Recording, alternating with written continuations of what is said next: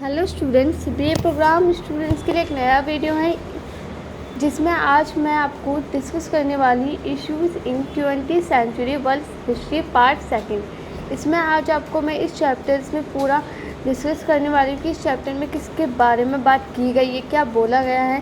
साथ ही इस चैप्टर से पॉइंट ऑफ व्यू से जो भी इम्पॉर्टेंट क्वेश्चंस बने हैं वो आज मैं आपको दिखाने वाली हूँ, जिससे इस इम्पॉर्टेंट क्वेश्चन को एक बार आपने इजीली कवर कर लिया ना तो आप इजीली अपने एग्ज़ाम की तैयारी कर सकते हैं। तो स्टूडेंट, सबसे पहले हमारा मोटिव है कि हम इस चैप्टर्स के बारे में समझ लें। इस चैप्टर जो है हमारा, ये किसके बारे में पूछा गया है, किसके बारे में कहा गया है। अब बात की जाती है इस चैप्टर में जो हमारा पहला जो पॉइंट है वो है विश्व युद्ध, यानी कि ये जो हमारा चैप्टर है इसमें हिंसा के बारे में बात की गई है। अब हिंसा की बात जहाँ आती है वहाँ युद्ध तो होता है, यानी कि ये एक ऐसी विषय है, एक ऐसी छाया है जो एक युद्ध और हिंसा पर प्रकाश डालती है, जो कि एक राजनीतिक, समाजशास्त्र और मानव के अधिकारों पर भी काफ़ी गहरा प्रभाव डालती है। और साथ ही इसमें जितने भी वॉर शुरू हुए हैं, वर्ल्ड वॉर हुआ है, फर्स्ट वर्ल्ड वॉर हुआ है या सेकंड वर्ल्ड वॉर हुआ है, उसमें जितने भी परिणाम या भी जो भी रिज़ल्ट उनके सामने आए उसके बारे में भी इस चैप्टर मतलब इस जो सिलेबस है उसमें बताया गया है।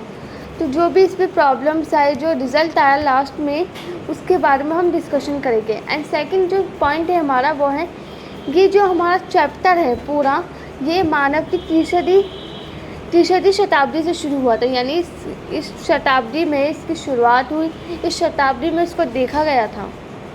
तो यहाँ तक हमने विश्व युद्ध के बारे में समझ चुके हैं। अब नेक्स्ट जो हमारा पॉइंट है वो है प्रथम विश्व युद्ध, यानी कि पहला फर्स्ट वर्ल्ड वॉर।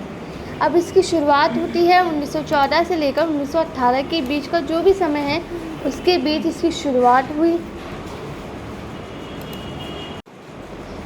तो जब ये हमारा फर्स्ट वर्ल्ड वॉर शुरू हुआ, इसमें राजनीतिक को एक नया मोड़ दिया, यानी कि मानचित्र नया का आकार दिया। यानी कि जब हमारा ये वर्ल्ड वॉर शुरू हुआ तो लोगों के बीच काफ़ी सारी हिंसा होने लगी, मतभेद होने लगे, एक दूसरे से जलन पैदा होने लगी कि उस देश में ये हो रहा है, उस देश में ये, और साथ ही गठबंधन शुरू हुआ, जो कि ज़्यादातर गठबंधन और राष्ट्रवाद और सैन्यवाद पर प्रकाश डालती है, यानी कि ये तीनों चीज़ों पर विनाशकारी प्रभाव पड़ा था। सेकेंड पॉइंट है हमारा द्वितीय विश्व युद्ध। तो सेकेंड वर्ल्ड वॉर की शुरुआत 1939 से लेकर 45 के बीच में हुई, जो कि पोलैंड पर जर्मनी का आक्रमण शुरू हुआ। यानी कि पोलैंड एक जगह है जो कि जर्मनी पर उन्होंने आक्रमण की शुरुआत की। आक्रमण मतलब किसी भी देश में हम जाते, यानी कि किसी एक देश है जिस पे हम दूसरे देश पे हिंसा करते हैं या युद्ध के लिए सोचते हैं या प्लानिंग बनाते हैं, तो उन्होंने पोलैंड ने जर्मनी पर आक्रमण करने की शुरुआत की। ये जो हमारा सेकेंड वर्ल्ड वॉर है इसमें कई सारे राष्ट्र भी शामिल हुए, जैसे परमाणु बमों का उपयोग करना, क्योंकि इस राष्ट्र में जो भी जितने भी कुछ छोटे मोटे देश थे उसने मिलकर उनके साथ हमला किया। और साथ ही इसमें कुछ सारे प्रभाव पड़े, यानी कि जैसे मैंने अभी बताया था आपको, कुछ परिणाम भी मिले। जैसे पहला, फांसीवाद की हार। अगर जब ये युद्ध हुआ तो फांसीवाद की हार मान ली थी उन्होंने और उन पर काफ़ी गहरा प्रभाव पड़ा। और साथ ही परमाणु बमों का उपयोग किया गया था। जो हमारा है थर्ड पॉइंट वो है शीत युद्ध, यानी कोल्ड वॉर। कोल्ड वॉर के बारे में आपने पहले भी बहुत सुना है, जो कि दो देशों के बीच हुआ था, संयुक्त राष्ट्र और सोवियत संघ के बीच हुआ था। यानी कि इस चैप्टर के बारे में, यानी जो ये पॉइंट है उसके बारे में हमने पहले भी बहुत सी क्लासेस में पढ़ा है, स्कूल लाइफ में भी पढ़ा है, तो ये तो शायद आप लोगों को पता ही है, फिर भी मैं एक बार अच्छे से समझा देती हूँ। जो ये देश थे दो, यूएसएसआर, इन दोनों के बीच ये युद्ध हुआ था, जिसमें परमाणु बम और कई सारे जासूस मिलकर उन्होंने हमला किया था। यानी कि हर दोनों देशों के अलग अलग जासूस थे जो एक दूसरे की इन्फॉर्मेशन रखते थे, दोनों की देशों की इन्फॉर्मेशन रखते थे कि उस देश में क्या हो रहा है और दूसरे देश में क्या हो रहा है। और जब ये युद्ध हुआ तो उन्होंने परमाणु बम से उनकी धमकाने की, डराने की कोशिश की थी। जो हमारा फोर्थ पॉइंट है उपनिवेशवाद के ऊपर है। उपनिवेशवाद यानी कि यूरोपीय संघर्ष। यूरोपीय संघ यानी कि इसमें उपनिवेशवाद का अंत हुआ और कुछ नए राज्यों का स्थापना हुई यानी कि उदय हुआ। इसमें कई सारे वर्चस्व के बाद 20वीं शताब्दी में कई सारे यूरोपीय साम्राज्य के जो लोग थे वहाँ रहने लगे और इसके कई सारे कारण हैं, जैसे अफ्रीका और कैरिबियन में कई सारे नए स्वतंत्र राष्ट्रों का निर्माण करें, यानी कि जो स्वतंत्र राष्ट्र थे यानी जो जगह देश थे उनका निर्माण हुआ, जिससे लोगों को कई अच्छे आत्मनिर्भर और एक अच्छी पहचान बनाने के लिए उनका संघर्ष किया गया था। यानी कि जो ये हमारे देश थे एशिया, अफ्रीका, कैरिबियन, तो इसमें कई सारे ऐसे देश की स्थापना हुई जो स्वतंत्र रूप से एकदम स्वतंत्र थे और उनके लिए एक आत्मनिर्भर और साथ ही एक पहचान बनाने के लिए उनसे लड़ा गया था। उनकी पहचान बनाने के लिए ये युद्ध की शुरुआत हुई थी और साथ ही इस उपनिवेशवाद का अंत हुआ था। सेकंड है हमारा इसी पॉइंट का एक सेकंड पॉइंट है शीत युद्ध और उपनिवेश का अंत, यानी कि इन दोनों के बीच में उपनिवेशवाद का कैसे अंत हुआ। अब इसमें जाहिर सी बात है, जब दो महान शक्तियाँ होती है या कोई पावरफुल देश होता है तो ऐसे में जब यानी कि जो दो महान शक्तियाँ होती है उसमें उन दो के बीच दो युद्ध तो हो रहे हैं, पर साथ ही दोनों ही देश एक ऐसे देश को यानी कि एक ऐसे लोग पर खिलाफ आंदोलन रचते हैं, जैसे उपनिवेशवाद पर दोनों महाशक्तियों ने खिलाफ आंदोलन रचे, कुछ विरोध किए जिसकी भूमिका भी निभाई उन्होंने, और कुछ राजनीतिक कारण थे जिससे वो काफ़ी जटिल हो गए। और इसी आंदोलन के चलते हुए इस समाज में और यानी कि सामाजिक में और राजनीतिक भी कई सारे आंदोलन चले यानी समाज के लिए। पहला जो इसका आंदोलन है वह है रूसी क्रांति, जो कि 1917 में शुरू हुई थी। ये जो आंदोलन है रूसी क्रांति जिसके किसानों के लिए है, यानी कि किसानों की जो श्रमिक वर्ग थे, जो उनकी पूंजी थी जमींदारों ने। तो इसमें आप यही पॉइंट लिख सकते हैं रूसी क्रांति में, जितने भी आपको मेरे पॉइंट दिए गए हैं रूसी क्रांति से जो भी आपके क्वेश्चंस बनेगा उसमें आप पहले लिखोगे सामाजिक और आर्थिक समानताएं और इसका साथ ही प्रथम विश्व युद्ध, यानी कि जब प्रथम विश्व युद्ध शुरू हुआ था रूस की जितनी भी सेनाएं थी उन्हें काफ़ी ज़्यादा नुकसान हुआ यानी लॉस हुआ, जिसके कारण उनकी जो इकोनॉमिक कंडीशन थी या अर्थव्यवस्था थी उनकी काफ़ी कमज़ोर हो गई थी, जिस कारण लोगों के हालात भी ख़राब हुए और देश के बीच काफ़ी असंतोष फैल चुका था। थर्ड जो पॉइंट है राजनीतिक भ्रष्टाचार है, जिसमें निरंकुश शासन, यानी कि इसका मतलब है कि जो रूस के निकोलस द्वितीय का शासन है वो काफ़ी निरंकुश हो गया था, जिसमें व्यापार यानी व्यापक भ्रष्टाचार और असमानताएं, जिसमें लोगों के बीच जो भी असंतुष्टताएं थी ज़्यादातर बढ़ चुकी थी, लोग एक दूसरे से भ्रष्टाचार में आ चुके थे, जिसके कारण ये रूसी क्रांति की शुरुआत की गई। इसका फोर्थ पॉइंट है मज़दूरों और किसान, यानी कि जो मज़दूर थे और जो किसान थे उनकी भी स्थिति काफ़ी ख़राब हो चुकी थी और साथ ही साथ वो काफ़ी पहले से ही काफ़ी गरीब थे और उनकी जो अधिकार थे उन्हें पहले ही कम दिए थे और जो अधिकार थे उनके पास वो भी उनसे छीन गए थे और साथ ही उन्हें काफ़ी ज़्यादा मेहनत करनी पड़ती थी, यानी कि उन्हें जो मेहनत करनी पड़ती थी उसका पैसा भी नहीं दिया जाता था और जो यानी कि जो भी उनसे मेहनत करवाई जाती थी उनका उन्हें पैसा मिलता भी नहीं था और मिलने पर भी उन्हें ज़्यादा मेहनत और कम मजदूरी मिलती थी, यानी कि कम पैसा दिया जाता था, जिसके लिए उनका काफ़ी जो उनकी कंडीशन थी किसानों की मजदूरी की काफ़ी ख़राब हो चुकी थी। फिफ्थ पॉइंट है आपका राजनीतिक आंदोलन। इसमें कई सारे राजनीतिक आंदोलन चलाए, जिसके तहत इस आंदोलन में बोल्शेविक पार्टी, जिसने क्रांतिकारी समूहों के साथ मिलकर लोगों को संगठित किया और जो भी शासन हो रहा था उसके खिलाफ आंदोलन चलाया। फरवरी क्रांति मार्च, यानी कि 1917 में इस क्रांति की शुरुआत हुई, जो कि निकोलस द्वितीय की सत्ता को हटाने के लिए चलाया गया था, यानी कि जो हमारी द्वितीय सत्ता थी उसको हटाने के लिए ये क्रांति की शुरुआत की गई थी और जो अस्थायी सरकार थी और उसकी शुरुआत की गई थी।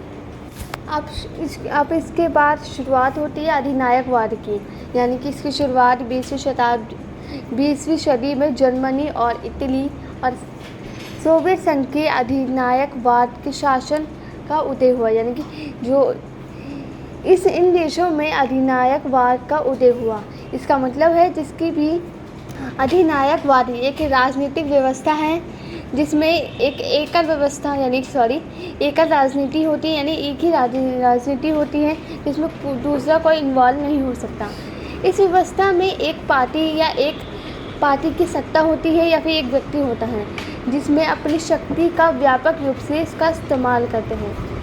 इसके बाद आता है नागरिक का अधिकार का आंदोलन। इसमें कई सारे नागरिक को अधिकार मिले, यानी कि जो भी नागरिक के लिए अधिकारों के लिए आंदोलन चलाए गए थे। पहला जो आंदोलन यानी कि चला था वो है नस्लीय समानता और सामाजिक न्याय के लिए चला था। इसमें लोग सबसे ज़्यादा खास तौर पे ये संयुक्त राष्ट्र अमेरिका और दक्षिण अफ्रीका के लिए चलाया गया था, जिसमें लोगों को अच्छे से उसका अधिकार मिल सके, जो भी उनके अधिकार दिए जाते थे जो छीन गए थे वो इजीली उन्हें मिल जाए। नेक्स्ट पॉइंट है हमारा आर्थिक परिवर्तन। इसमें कई सारे आर्थिक परिवर्तन आए, यानी कि चेंजेस आए, जैसे महामंदी जो 1929 से लेकर 1939 तक चला। इस महामंदी में सबसे पहले इसकी शुरुआत संयुक्त राष्ट्र अमेरिका से हुई, जिसका असर दुनिया भर में हो चुका था।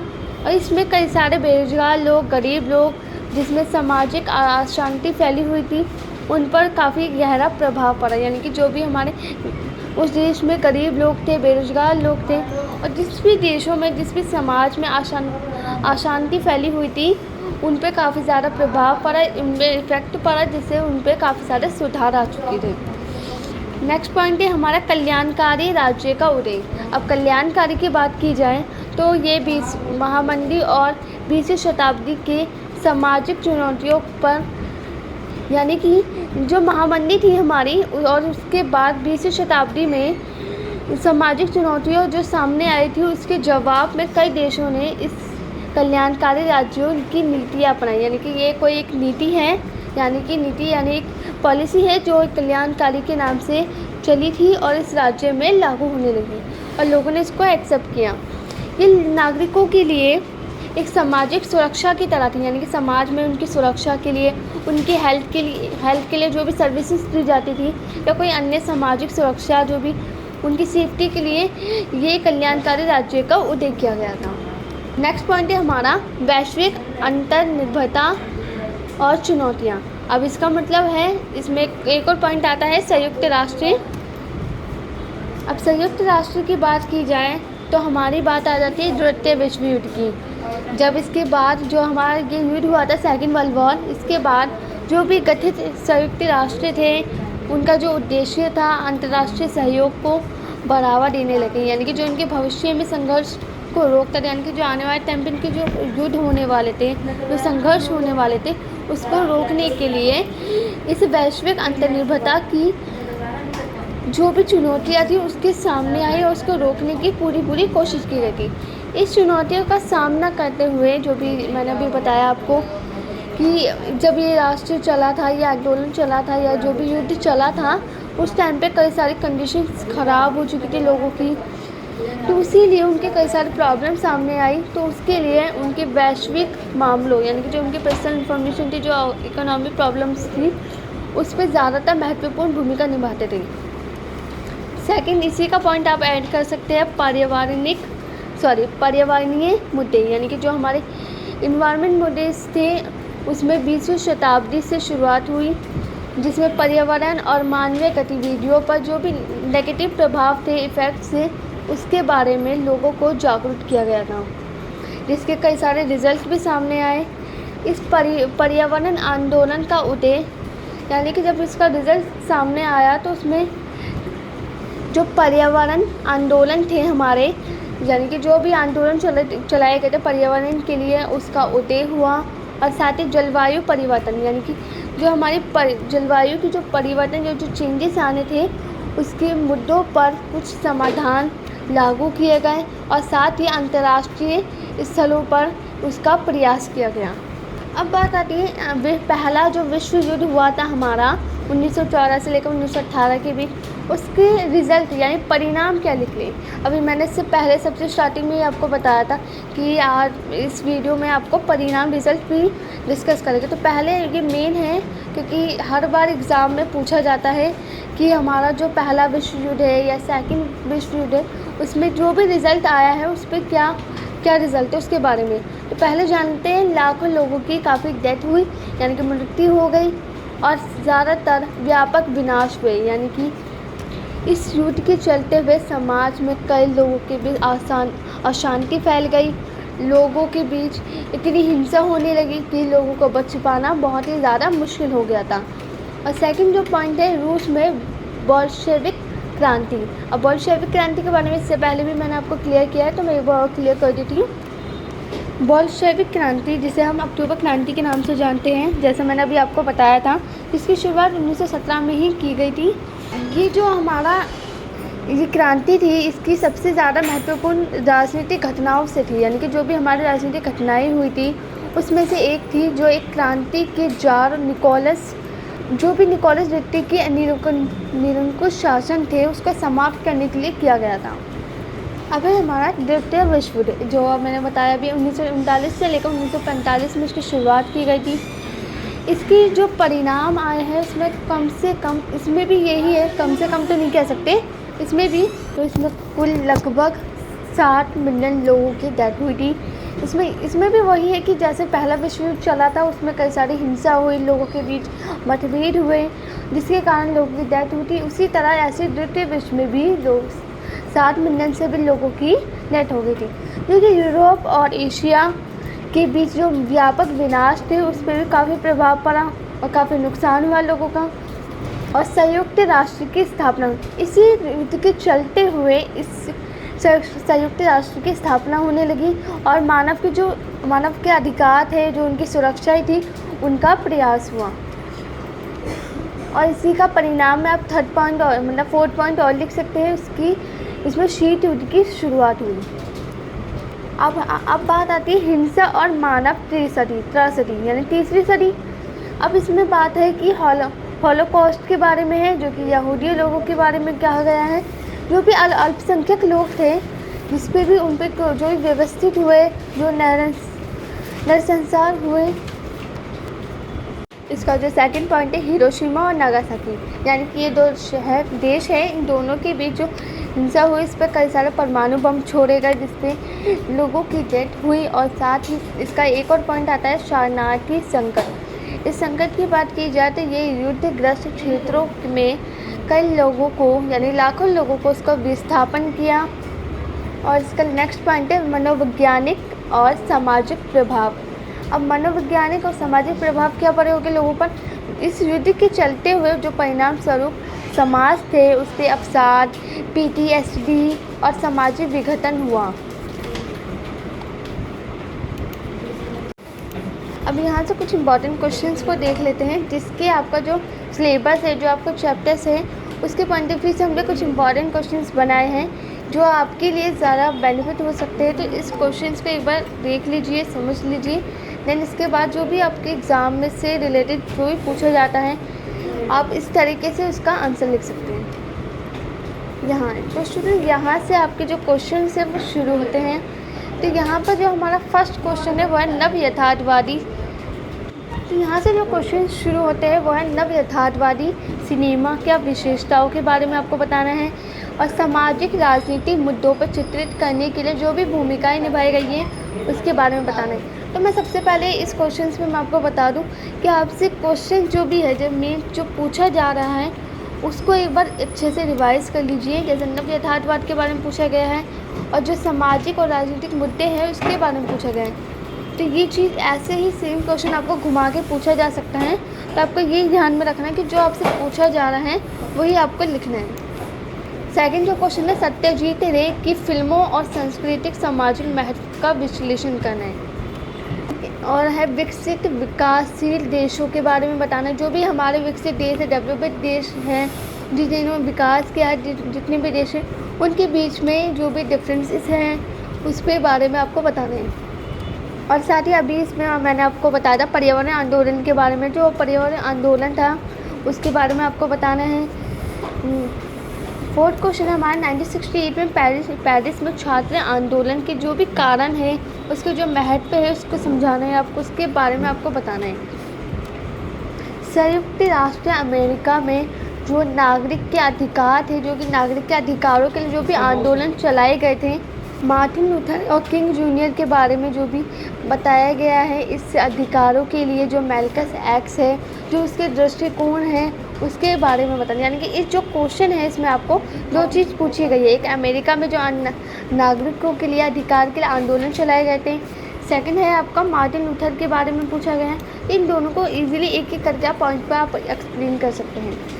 नेक्स्ट है आपका फ्रांस में स्वतंत्रता प्राप्त करने के लिए जो अल्जेरियाई लोगों के द्वारा जो भी अपनाई गई है तकनीकें या तरीके जो अपनाए गए हैं, उसके बारे में आपको बताना है। नेक्स्ट है आपका विकासशील देशों पर जो उपनिवेशवाद थे, उन्होंने दीर्घकालिक परिणाम जो भी निकल के सामने आए थे, उसके बारे में आपको एक्सप्लेन करना है।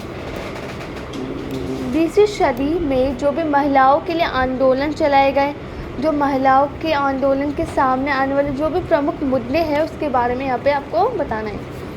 तो यहाँ तक ये जो हमारा वीडियो है फिनिश होता है। आप इजीली आप इस वीडियो की हेल्प से अपने एग्ज़ाम की तैयारी कर सकते हैं। तो आपकी 2 तारीख को आपका एग्ज़ाम है। आई होप आपको एग्ज़ाम के अच्छे से आपकी प्रिपरेशन हो चुकी होगी। एंड ऐसे ही अगर आपको नोट्स चाहिए, अगर आप चाहते हैं नोट्स से पढ़ना, तो आप हमें व्हाट्सअप कर सकते हैं। हमारा व्हाट्सअप नंबर है 8130208920 पे आप हमें व्हाट्सअप कीजिए। एंड जो भी अगर आपका नेक्स्ट एग्ज़ाम्स के लिए आपको कुछ नोट्स चाहिए या इसी सब्जेक्ट पे आपको नोट्स चाहिए, तो आप हमें व्हाट्सअप कर सकते हैं।